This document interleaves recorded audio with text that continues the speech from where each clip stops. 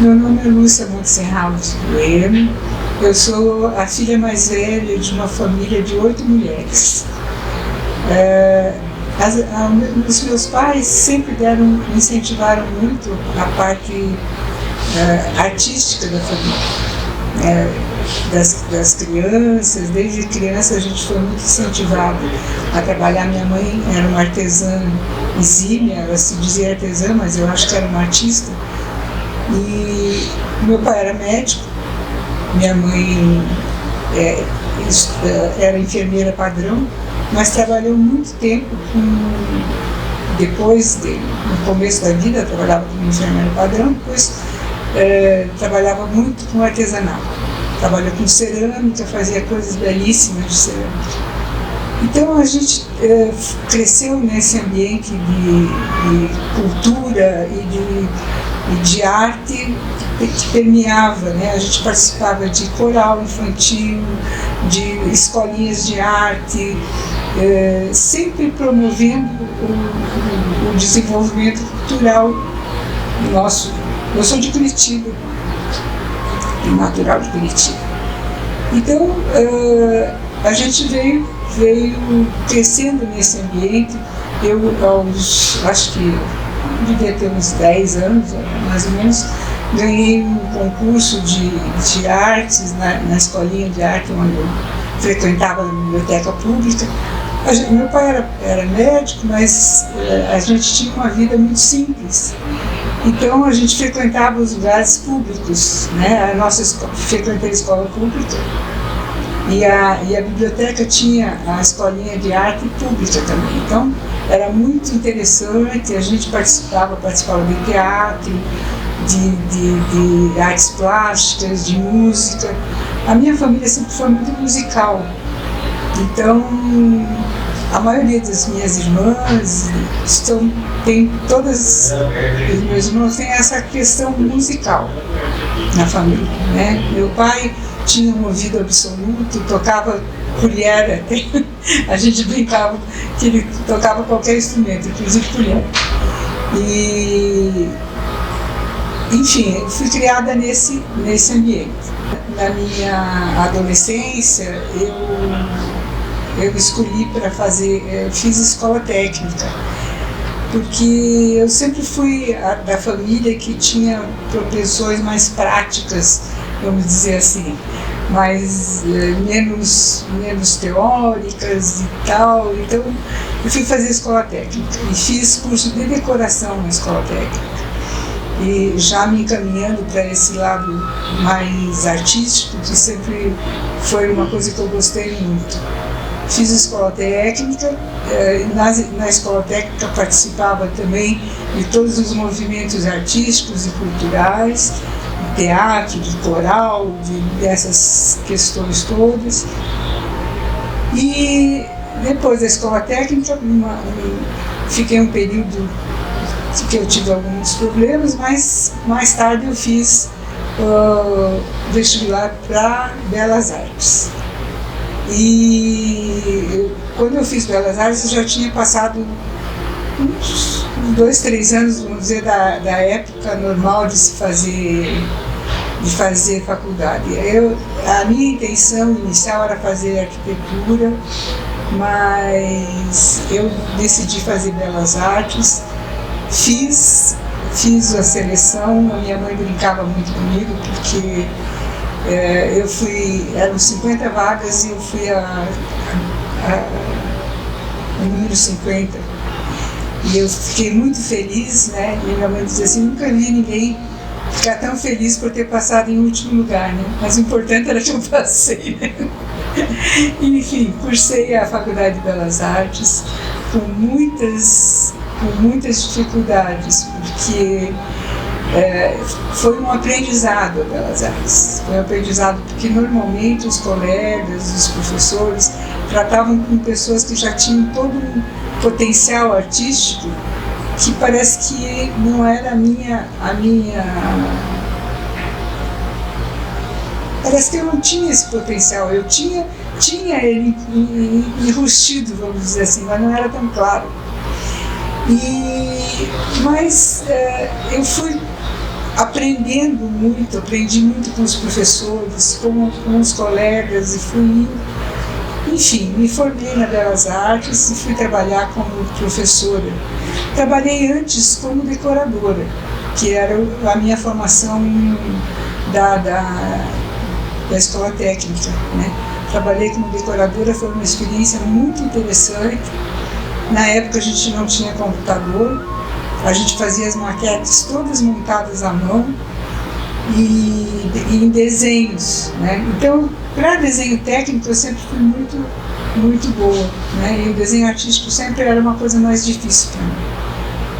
Mas tudo na vida da gente é um aprendizado, e eu fui amadurecendo, fui trabalhar com arte e educação.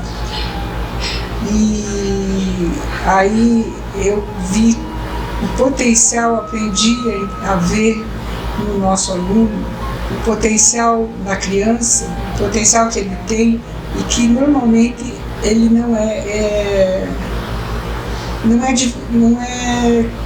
retirado dele, ele é encoberto, às vezes por críticas, por dizer que aquilo não está bom, ou por... Já vi professores rasgar desenho, dizendo que o desenho não é legal, enfim, na música dizer que você é desafinado, que isso ou aquilo. Então, como é importante trabalhar esse processo do desenvolvimento individual do aluno. E aí, nesse processo de aprendizado, depois de passar por esse processo, eu fui me localizando também, me vendo como pessoa que passei por um processo semelhante e fui amadurecendo, né? Fui podendo ajudar outras pessoas. Então, eu me encontrei como professora de artes, e eu me sinto muito honrada de ser professora de artes, muito honrada, porque eu acho que a minha missão até hoje é contribuir nesse processo de desenvolvimento individual de cada um.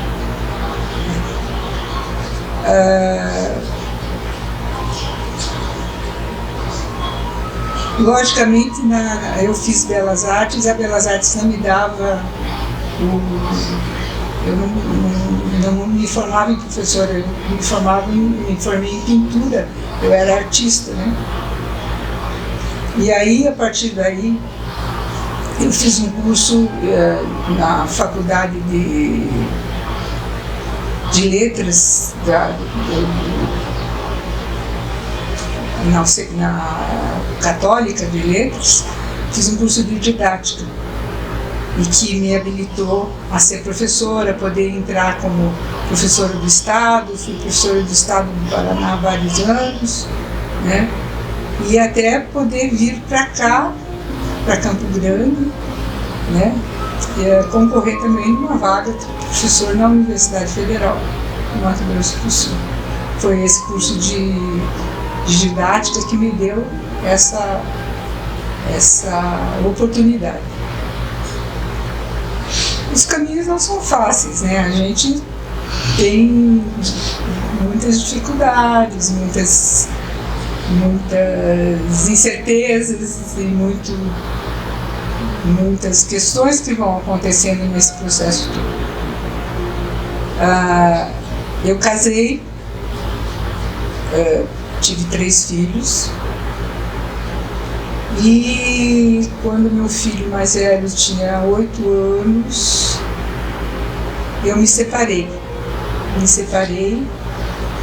e eu optei pela saída de Curitiba. Em Curitiba eu tinha toda uma estrutura familiar e tudo mais, mas optei pela saída de Curitiba. E, ao mesmo tempo, aqui em Campo Grande, na Universidade Federal, estava havendo um concurso para professores. E eu vim fazer o concurso. O meu pai era conhecido do reitor da época, que era o professor Zardo, E a gente ficou sabendo que ia haver esse concurso através do professor Zaire. Aí eu vim fazer o concurso. Ao mesmo tempo eu fiz um concurso para professor no Colégio Militar do Paraná. Passei no Colégio Militar do Paraná, passei aqui. Aí eu tinha que optar. O Colégio Militar do Paraná era segundo grau, né, para lecionar no segundo grau. E aqui era uma universidade, dava uma outra conotação, né? E também era uma forma de eu romper com as minhas amarras que estavam em Curitiba, né? De eu reconstruir a minha vida, vir para Campo Grande e fazer uma outra história da minha vida. Enfim, peguei os 3 filhos, as malas com as roupas, alugamos um apartamento aqui, e aqui a gente foi adquirindo os colchões e as coisas para poder dormir e morar no apartamento razoavelmente. O apartamento era ali na 7 de setembro, um lugar muito agradável, e vim para cá com as 3 crianças. E foi um dos grandes passos que eu dei na minha vida, porque vir para a universidade foi criar uma nova vida, né? Ter outras relações com outras pessoas, com artistas, com professores de arte, enfim, eu deixei aquelas questões mais familiares e vim criando outras coisas. Ao mesmo tempo que eu tinha que atender os meus filhos, então esse período foi um período de muitas conquistas, muito difícil, mas muito prazeroso também, né? Eu não faria diferente, Foi muito... Eu acho que hoje, se a gente está na situação que está, foi porque a gente enfrentou essas situações todas durante esse caminho. Enfim, eu fiquei até me aposentar na Universidade Federal, que eu me aposentei em 2008. E lá eu construí uma família de amigos, né? E nessa cidade que me acolheu, eu construí a minha vida. Então, eu sempre digo que eu sou hoje mundialicense, porque eu me senti acolhida e me senti realizadora, fazendo parte de projetos, de trabalhos culturais, nós fazíamos projetos na praça com os alunos, levando os alunos para fazer atividades com as crianças na praça, enfim, uma série de atividades e de projetos que foram feitos aqui em Campo Grande. Eu me sinto parte desse início, desse processo cultural do Estado. Então, eu convivi com pessoas maravilhosas, como a professora Glorinha Lissa Rosa, enfim, com gente muito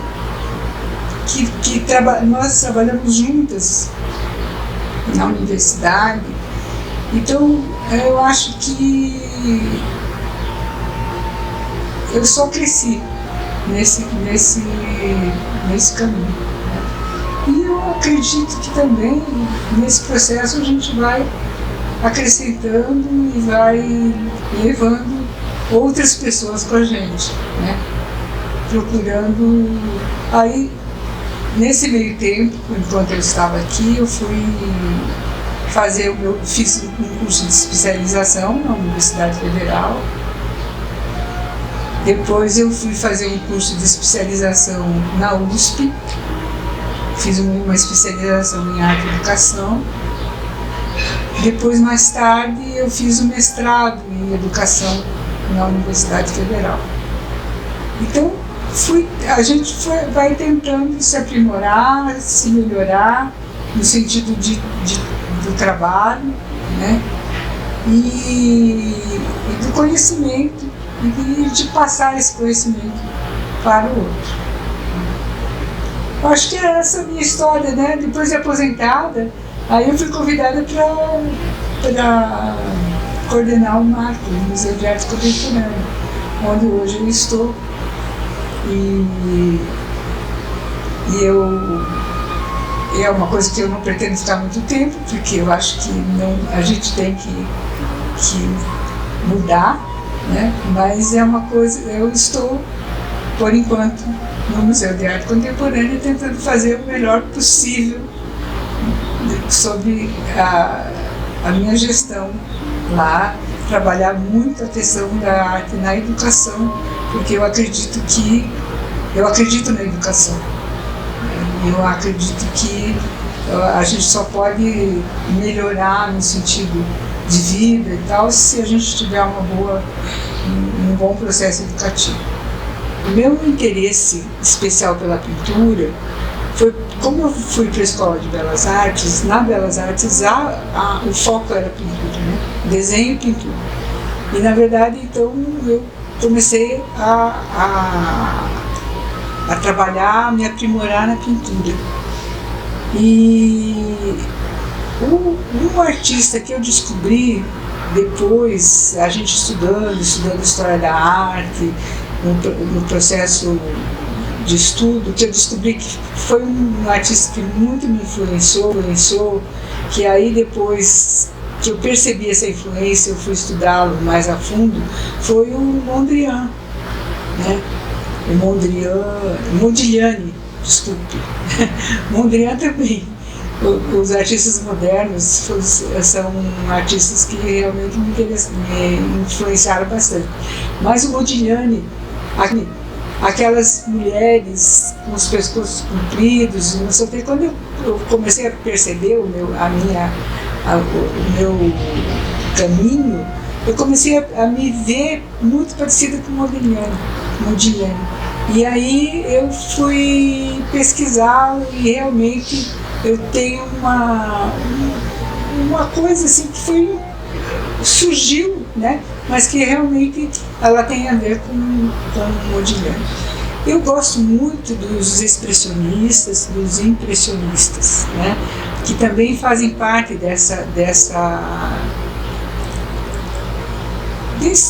dessas informações que me ajudam no processo de criação.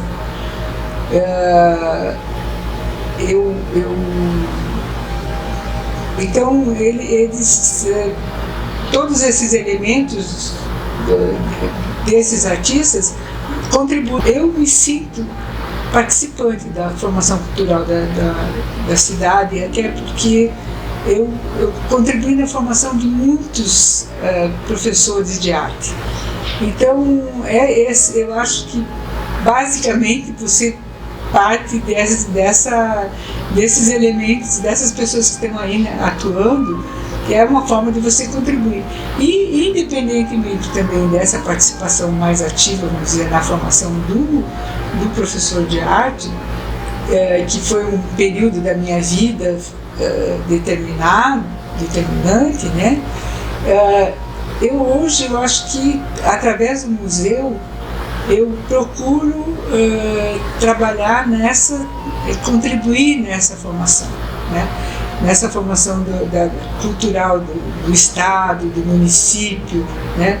Eu procuro, uma das grandes ações do museu, a gente está com dificuldades agora por esse momento da pandemia, etc. Mas uma das grandes ações é trazer as escolas para dentro do museu, é fazer com que as crianças observem e nós temos as visitas monitoradas e nós temos uma ação pedagógica arte educativa dentro do museu muito atuante. Então, essa função, eu acredito que é uma colaboração muito grande. Agora a gente está tentando se reinventar, fazendo isso por vias, através de meu Deus, fugiu a online, né? Online, através do online, essas coisas todas, das lives. A gente tem procurado trabalhar dessa forma, para que acrescente, continue acrescentando, né? Mas não, eu ainda acho que o presencial ele é fundamental, né? Mas a gente tem feito, tem procurado não estar parado, né? O importante é não estar parado, é estar trabalhando e proporcionando esse intermeio cultural com o público. O meu processo artístico, ele vem de toda a história da arte, da pesquisa que a gente faz com os artistas, com impressionistas, expressionistas, que eu gosto muito. E aí, eu, na escola de Belas Artes, a gente trabalhava muito com a técnica de a tinta óleo, né? Mas eu sempre tive um incômodo com essa técnica, pelo cheiro, não me era muito bom. E no período que eu estava na faculdade, surgiu a tinta acrílica, né? Aqui no Brasil, não sei se já existia em outros lugares, provavelmente. Mas enfim, naquela época lá em Curitiba, a gente descobriu a tinta acrílica e eu comecei a trabalhar com acrílica. E eu adoro a tinta acrílica. O processo de criação com acrílica ele é muito rápido, né? Porque ela seca rápido, ela tem... Então você... o que você demorava com óleo um mês fazendo, com acrílico você faz rapidinho, em uma semana, em 1 hora, 2 horas, depende da proposta de trabalho que você vai fazer e tal. E descobri também que a acrílica ela é uma tinta transparente. E você pode trabalhar como se ela fosse uma aquarela, você pode trabalhar como se ela fosse um pasto. Você pode dar várias formas de trabalho nessa tinta. Ela tem uma versatilidade muito grande. E então eu pintei muito com a tinta acrílica e ultimamente, por conta de questão de espaço, eu comecei, porque não tinha mais onde pôr as telas em casa e tudo, comecei a buscar aquarela como trabalho, como processo de trabalho, como técnica. E a aquarela tem muito a ver com a acrílica, porque você tem que ver com essa transparência também da aquarela e tal. Então, ultimamente, nesses últimos 10 anos, vamos dizer assim, eu tenho trabalhado com aquarela e descoberto coisas incríveis da aquarela, né? Eu fiz um curso em Paraty, a questão de 2 anos atrás, que eu descobri a aquarela trabalhada com espátula, coisa que eu nunca tinha visto isso, né? Então a gente vai aprimorando os conhecimentos da gente através de cursos, através de leitura, né? Através das novidades que vão surgindo, que algum artista propõe. E lá em Paraty eu conheci muitos artistas e eles dão muito ateliê e fazem hoje em dia eles fazem muita coisa por live. E a gente, à medida que eu posso, eu faço algumas experimentações. Já cheguei a trazer 2 deles aqui para Campo Grande para trabalhar no museu, para dar um curso aqui no museu, aproveitando e divulgando isso para outros artistas, da técnica desses 2 artistas, que são fantásticos. Enfim, é dessa forma que eu vou me alimentando e que vou alimentando o meu processo de criação e que vou tentando passar para os outros artistas que estão à minha volta, né? Eu tenho um grupo, hoje em dia ele não está funcionando por conta da pandemia, mas eu tenho um grupo de aquarela que funciona na arte técnica e tem um grupo de aquarela que funciona no museu. Esses grupos, eles, então, à medida que a gente pode, a gente traz artistas para realimentar, e a gente está sempre estudando e inovando dentro desses grupos para que as pessoas se alimentem também. O meu conselho para os novos artes visuais, artistas artes visuais, né? Artistas visuais, na verdade, é que não, eu fico pensando assim, não existe aquela mágica do dom que cai do céu, nada. Existe muito trabalho, muita pesquisa, muito estudo, né? Isso que existe. Então, se eu tenho um potencial, eu tenho um potencial para as artes visuais, seja ela pintura, seja ela desenho, seja ela nas mídias mais atuais, seja ela qual for, pesquise, estude, aprofunde, porque quanto mais você aprofundar, melhor você vai ser. Porque se você ficar na superficialidade, só nos teus conhecimentos, você não vai sair do mesmo lugar e vai ser muito pobre, né? Então, para enriquecer o seu trabalho, se aprofunde, estude, leia, ouça música, ouça lives, enfim. Hoje em dia a gente tem um monte de informação, né? Selecione essas informações, né? Porque também não é escutar qualquer coisa. Selecione essas informações e acrescente no seu trabalho. Eu espero que a trajetória que a gente faz na vida não seja em vão. Ela tem um significado, que esse significado não seja só pessoal, mas que esse significado tenha um significado coletivo, que ele possa ser aproveitado por todas as pessoas que passaram por mim, que tiveram a oportunidade de conviver comigo, que tiveram, enfim, que a gente esteve presente junto. Então eu espero que essa trajetória tenha sido uma trajetória claro que foi uma trajetória boa, né? Mas que tenha sido uma trajetória rica e que essa riqueza tenha podido iluminar outras pessoas.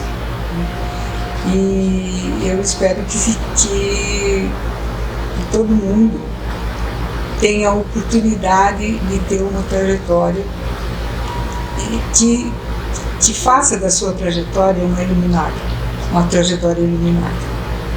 Eu espero que essa trajetória seja uma trajetória de luz e que possa ter iluminado uma série de pessoas.